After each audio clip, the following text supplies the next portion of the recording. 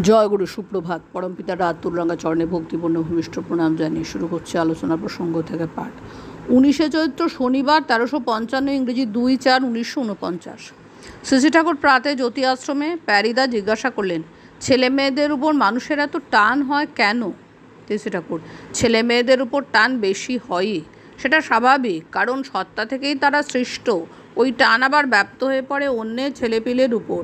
টানটা সাবলিমিটেড হয়, নিজেরটায় দাঁড়ায়, বোধ করা যায় অন্যের সন্তানকেও। প্রফুল্ল, শ্রেষ্ঠ সুকেন্দ্রিক না হলে কি ওইভাবে ভূমায়িত হয়? শ্রী ঠাকুর, যেখানেই হোক ভালোবাসা একাগ্র হতে হতে এমন একটা মোক্ষম পর্যায়ে আসে যখন ভূমায়িত হতে শুরু করে। একাগ্রতা যত বেশি হয় ভূমায়িতও তত। শ্রেয়া আনতি না থাকলে অনেক সময় ওই বৃত্তিটারই ব্যাপ্তি হয়, তার মধ্যে শ্রেয়কে প্রীত করার উদ্দেশ্য নাও থাকতে পারে। সত্যদা আসলেন।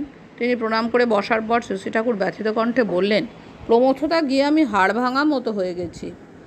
আমি কতদিন আগে থেকে বুঝেই সাবধান হতে বলেছি, স্কটস, ইমালসান ইত্যাদি ঠিকমতো খেতে বলেছি, কিন্তু ঠিকমতো খেতই না। কি করব?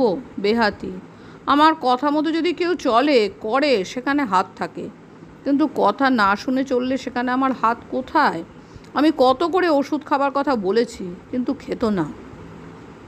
সত্যদা, সন্ন্যাসী ও জ্যোতিদের তফাৎ কি? শ্রী ঠাকুর, জ্যোতি মানে সক্রিয় ভক্ত ও জ্ঞানী, তবে এই জ্ঞান লাভ করতে হয় হাতে কলমে করার ভিতর দিয়ে। সন্ন্যাসী মানে সম্যকভাবে আত্মনিবেদিত। যে জ্যোতির সন্ন্যাসী, সন্ন্যাস আপনার থেকে আসে। জ্যোতির মধ্যে আছে প্রত্যার্পণ। যেখান থেকে এসেছি সেখান থেকে আলাগা ছিলাম, সেখানে আবার নিজেকে ফিরিয়ে দিয়ে চেষ্টা করতে লাগলাম সেই পথে চলতে। নিজের দুর্বলতাকে উপেক্ষা করে তাঁরই হতে থাকলাম সর্বতোভাবে। সত্যদা, সন্ন্যাসী তো বিয়ে করতে পারে না। শ্রী ঠাকুর, ওটা বৌদ্ধ ধর্মের প্রভাব। সত্যদা, আজকালকার বড় বড় মনোবিজ্ঞানীরা ভগবান ও ধর্ম মানে না কেন? তারা তত জ্ঞানী। শ্রী ঠাকুর, আনঅ্যাডজাস্টেড নলেজ। সত্যদা, অ্যাডজাস্টমেন্টের কথাই তো বলে। শ্রী ঠাকুর, অ্যাডজাস্ট করবে কি দিয়ে? চিনিকে যদি মিছরির দানায় পরিণত করতে চাও, তবে চিনির বাইরে একটা সুতো চাই, নচেত দানা বাঁধবে কিসে? ওই সুতো যতক্ষণ থাকে ততক্ষণ দানাত্ম। ইষ্ট কৃষ্টি হলো ওই সুতো। সত্যদা, বৌদ্ধ ধর্ম তো কতগুলি নীতি। শ্রী ঠাকুর, ওই যে আছে, বুদ্ধং শরণং গচ্ছামি, ধর্মং শরণং গচ্ছামি, সংঘং শরণং গচ্ছামি। ও বাদ দিয়ে হবে না। যেখানে সেখানে যাও রে মাকু, চোরকি ছাড়া নয়।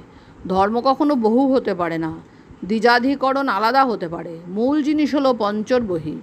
একমেবাদ্বিতীয়ং শরণম, পূর্বে শামা পুরৈতার প্রবুদ্ধারীশয় শরণম, তদ্বর্তানুবর্তিনো প্রীতর শরণম, সত্তানুগুণা বর্ণাশ্রম শরণম, পূর্বাপূরক বর্তমান পুরুষোত্তম শরণম। ওই লাইনে নিয়ন্ত্রণ করা লাগবে সব। ওটা সাধারণ সূত্র, ওর মধ্য দিয়েই ঐক্য সম্ভব। শ্রী ঠাকুর সত্যদাকে বললেন, তুই একটা ভালো কাজ গুছিয়ে নে। সত্যদা, আপনার দয়া। শ্রী ঠাকুর, তার দয়া অসম্ভব।